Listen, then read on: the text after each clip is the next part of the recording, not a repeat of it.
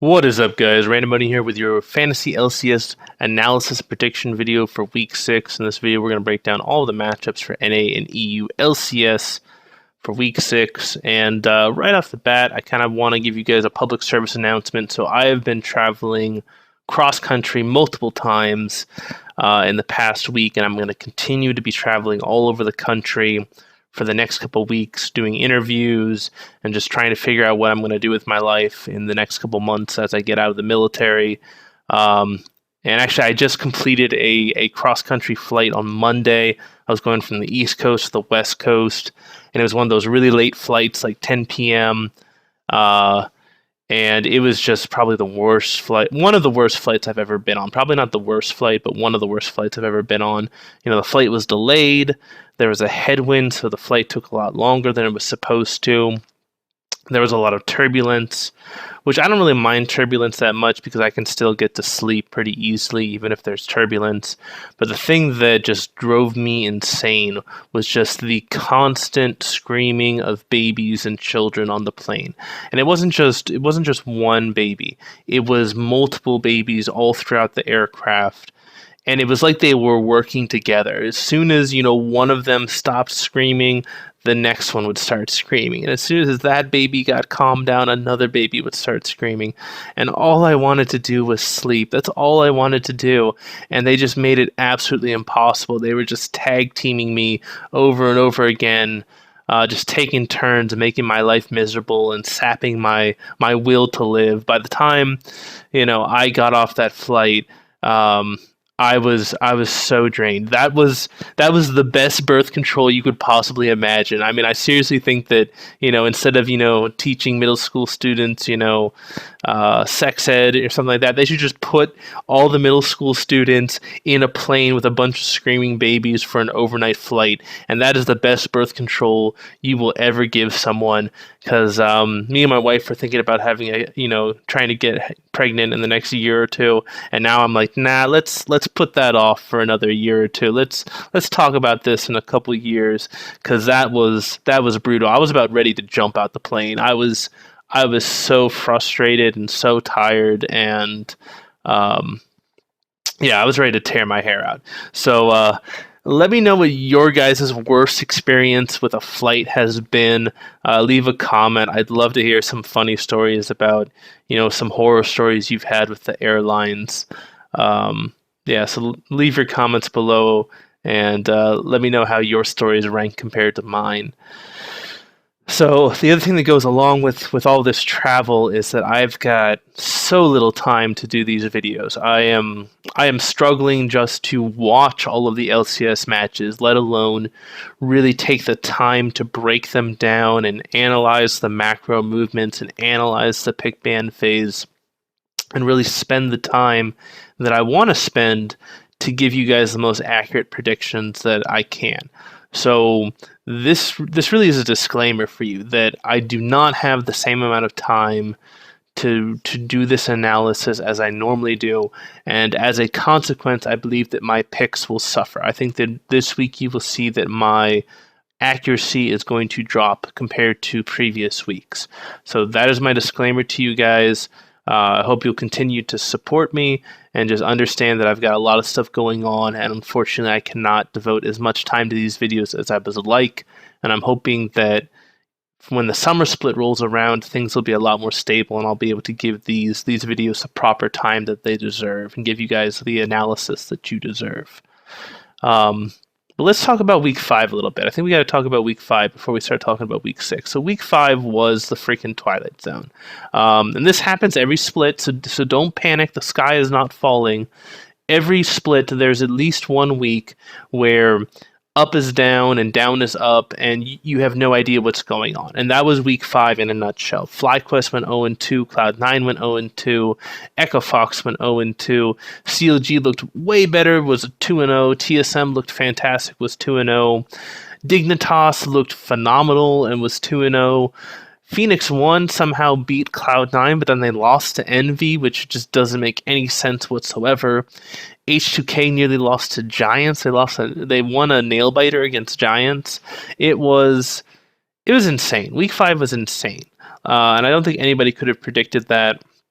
I'm especially happy with Dignitas because I called them out in week 5, and they definitely shut me up. I'm not going to make any jokes about Dignitas in week 6 because they definitely proved me wrong.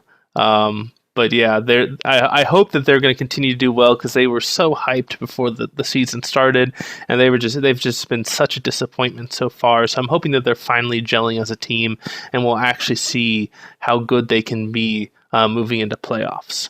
So the big takeaway from week 5 is just don't panic. Do not panic. Do not just like drop everyone on your team and pick up, just random players. Just chill.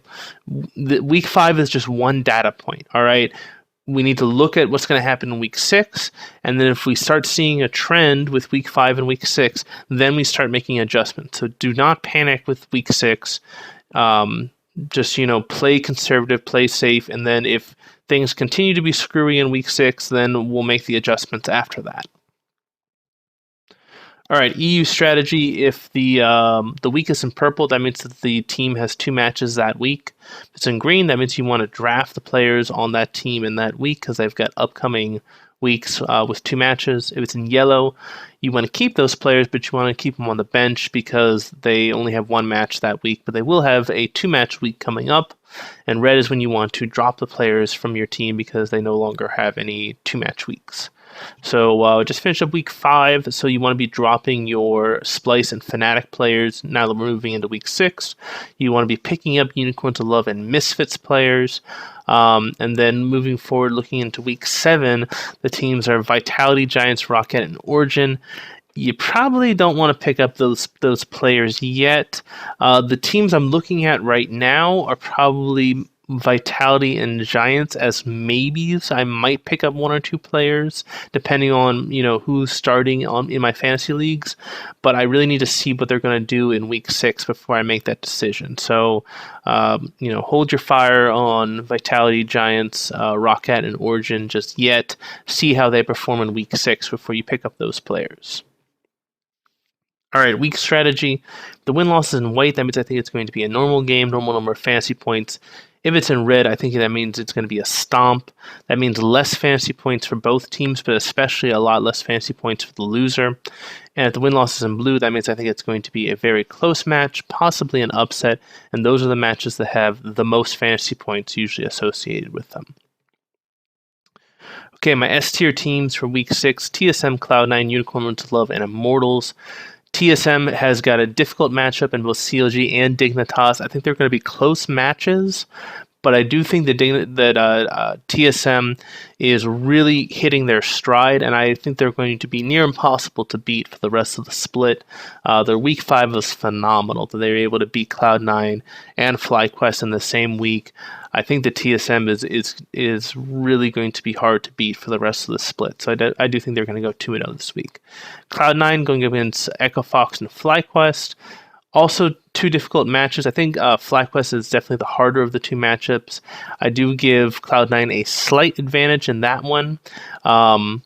But I do think that an upset is definitely possible. Regardless, both teams will get decent fantasy points, but I do think that the Cloud9 has a better chance of winning and is more likely to be S tier this week.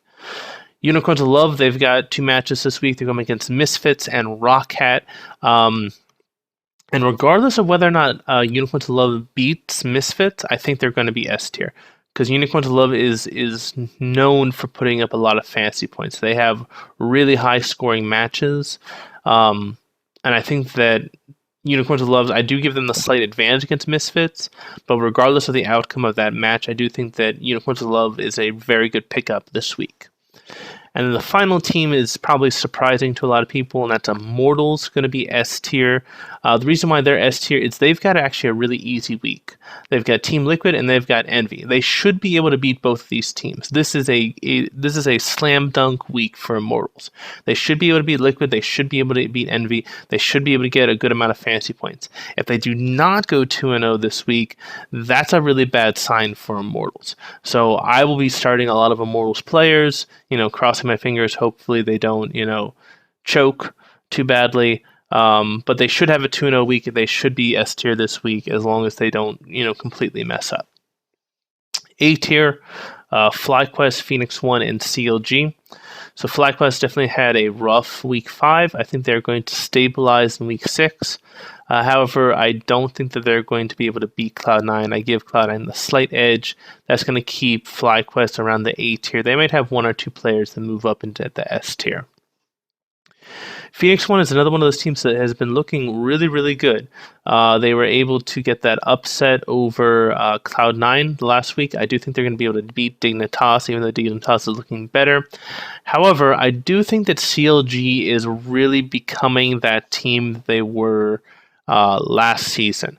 And I do give CLG the slight edge in that matchup. I think some people might consider that an upset. However, I think that CLG is really coming online and really gelling well, and I think that the 1-4 split push is going to be a little bit too rough for them. If they get Darshan on a carry, I don't think that Zig is going to be able to match Darshan. I think that's going to be just a little bit too much for him to handle. He's a good player, but that 1-4 CLG split push is just really good. If they execute the strategy well, CLG should be able to beat Phoenix One.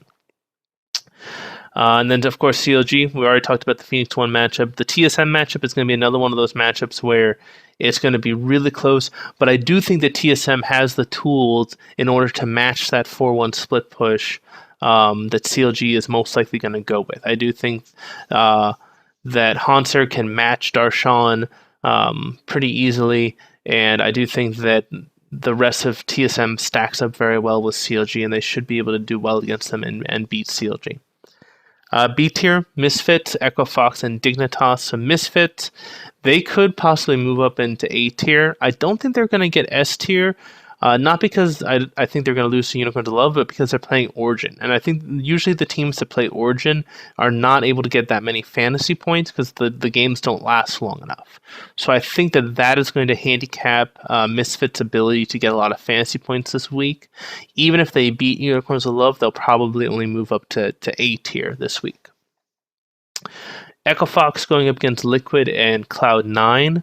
I do think that Equifox will be able to beat Team Liquid, but I do think that they will lose to Cloud9, and hopefully this not going to be a great week for Equifox, but it won't be a horrible week. And then finally, Dignitas. So I do think that Dignitas is playing better.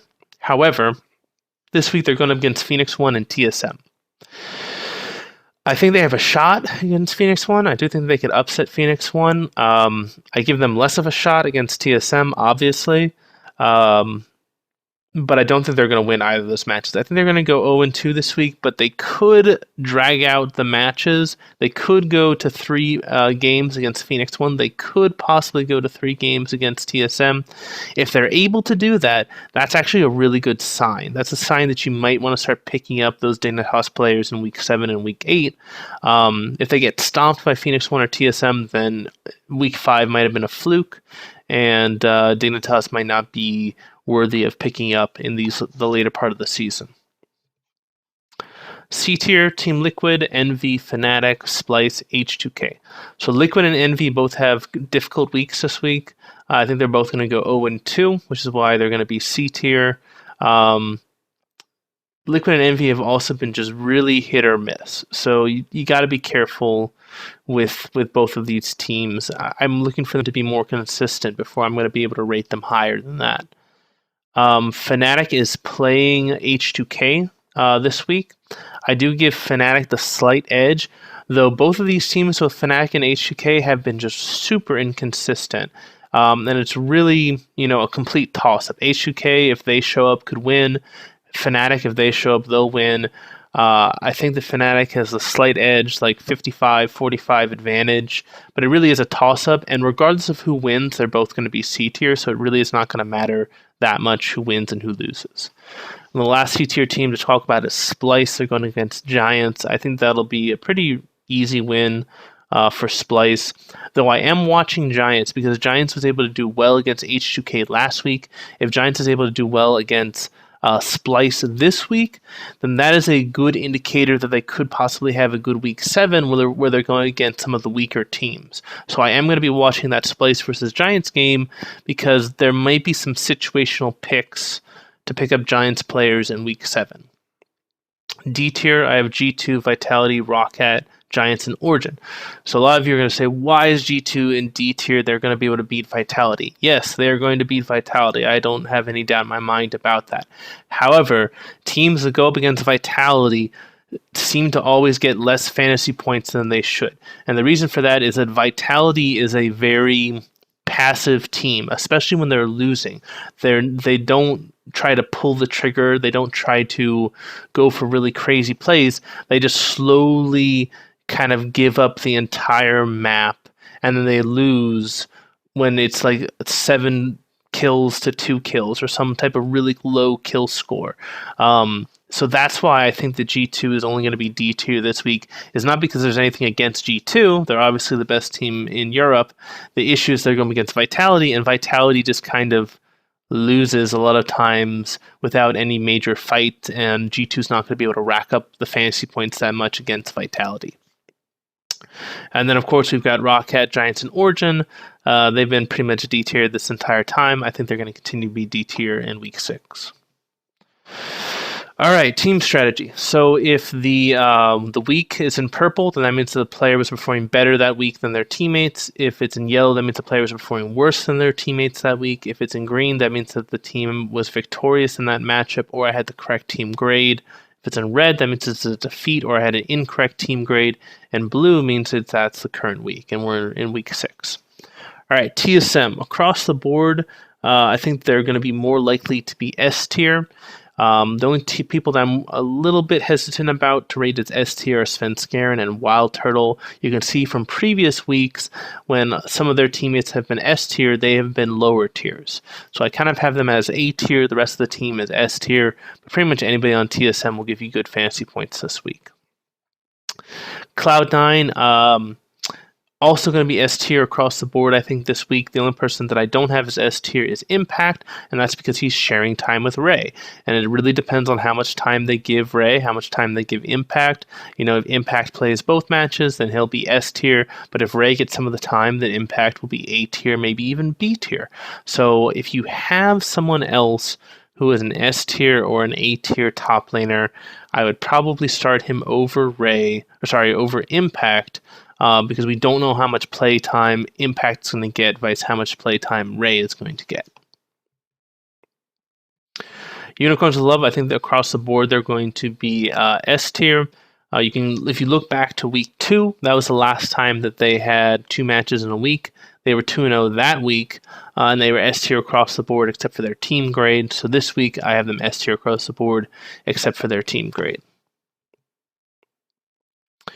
Immortals, I think they're also going to have a very good week. S tier. The only 2 players that I'm a little bit worried about is Pobelter and Flame, who have been kind of underperforming. But besides that, I think they're going to do very well this week. FlyQuest has the potential to upset Cloud9. I think it's more likely that Cloud9 will beat them. They'll have a mix of S tier and A tier. Moon and High are the most likely to get S tier. The rest of the team will most likely get A tier. Phoenix 1 also going to be kind of a mix of S tier and A tier. I think Inori and Arrow are going to be the most likely to be S tier. I do not know if Inori is going to be playing in week 6. My understanding is that he had some type of family emergency in week 5, which is why Meteos was starting in week 5. It's not that Meteos is replacing Inori. It was an emergency. I don't know if that emergency has been resolved yet. So I'd be hesitant to play Inori unless you have confirmation that he is starting. So definitely check, the boards. Definitely check Reddit to see if Phoenix One is who is going to be starting this week in the jungle. But if Inori is going to be playing this week, I do think he'll be S tier. All right, CLG, I think that they're beginning to find their magic that they had back in last season, which is the 1-4 split push. Put Darshan on a carry, and then the 4-man squad, with Aphromoo shot calling, usually can do very well against other 4-man squads. If they continue with that plan, with that strategy, I think they will do very well this week. If they try to abandon that strategy and try to do something different, I think they're going to do poorly this week. However, I think that CLG is smart. They've got a good coaching staff. I don't think that they're going to do anything dumb. I do think they will do the 1-4 split push. They will put Darshan on a carry. He will be most likely to get S tier. Stixay is another person on the team that could get S tier, but most of the team will be around A tier. Misfits, another team that gets decent fantasy points even if they lose. They've been looking very well. I think that they're going to be between A tier and B tier. If they beat Unicorns of Love, they will move up to A tier. I don't think that they'll get into the S tier though, because I think they're going to be able to beat Origin too quickly. Echo Fox had kind of a bad week 5. I think they're going to stabilize a bit in week 6. They're going to be around B tier. But I think Acadian and Froggen, if you're going to play any players from Echo Fox, you should play Acadian and Froggen. Dignitas had a phenomenal week 5. Unfortunately, their week 6 is it's challenging. They're going against Phoenix 1 and TSM. I think that they are going to struggle this week. However, I do think they have the potential to be around B tier this week, and if they're able to do well against Phoenix 1 or TSM, that's a fantastic sign, and you might want to be picking up those Dignitas players for later in the split. Team Liquid, this team has more diversity as far as fantasy points is concerned than any other team. So like last week, Piglet was S tier, but Golden Glue was C tier. No other team has that kind of spread on fantasy points. So that's the big news with Team Liquid, is they're just incredibly inconsistent. Piglet looked really good in week 5, but I have no idea if he's going to be as good in week 6. I have him tentatively around A tier, and then I also have Lorlo at B tier. I think the rest of the team is going to be around C tier this week. Envy, another team that has been inconsistent. I think that they're a little bit more consistent actually than Liquid is.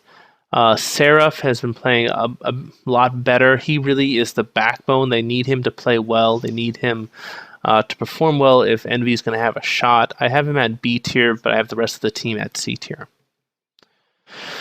Moving into the EU side, Fnatic is playing H2K. I do give Fnatic the slight edge over H2K, though I am rating both of them C tier across the board. So Fnatic is going to be C tier across the board whether they win or lose.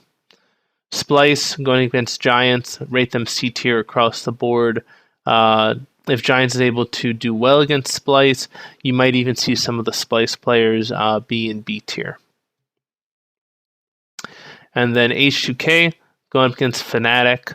I definitely think Odo, Jankos, Fevabin are most likely going to be in that C tier range. We might see some D tier from their bot lane. And if they're able to beat Fnatic, they'll probably all move up into the C tier. But that's C tier overall. G2 going against Vitality. I do think they're going to beat Vitality, but I think they're going to beat Vitality too quickly, and there's not going to be that many kills, so there's not going to be that many fantasy points, and that's going to cause G2 to be D tiered this week. Vitality is going to lose to G2, and they might even be some of the lowest fantasy point scorers this week. They had a really horrible week 5, so it's going to be a question of whether or not they can kind of turn things around in week 6. Rockhat also going to lose this match. They've been D tier pretty much every week. They'll continue to be D tier.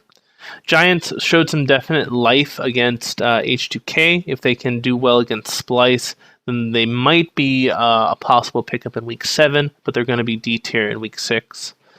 And then Origin, definitely the worst team in EU right now, going to be D tier across the board.